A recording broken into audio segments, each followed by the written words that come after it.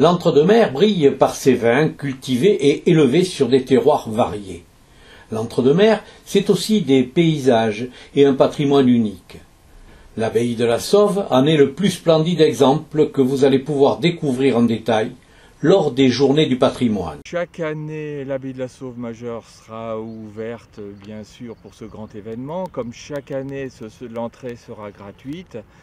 Et l'innovation cette année, c'est que donc on aura l'association Archimuse, qui est composée d'étudiants en master patrimoine, architecture et musée, qui viendront faire des animations dans le site.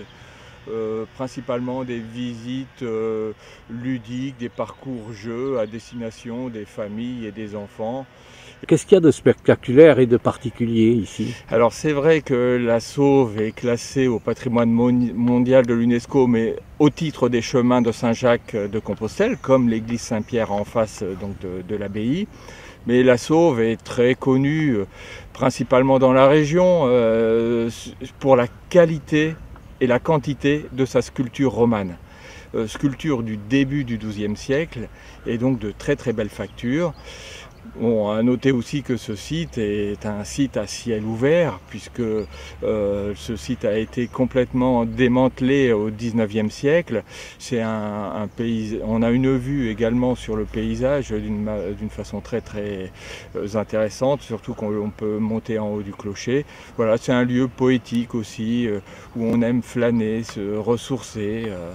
C'est un lieu vraiment très très agréable et qui peut satisfaire beaucoup de visiteurs qui recherchent un peu de calme, de quiétude. L'ensemble des scènes, des vitraux de la Sainte-Chapelle, l'Apocalypse selon Saint Jean et le dernier livre du Nouveau Testament, est effeuillé et disposé à terre sur une vingtaine de pétales. Elle se prête aussi à la visite. En effet, c'est pour la première fois cette exposition est mise en place.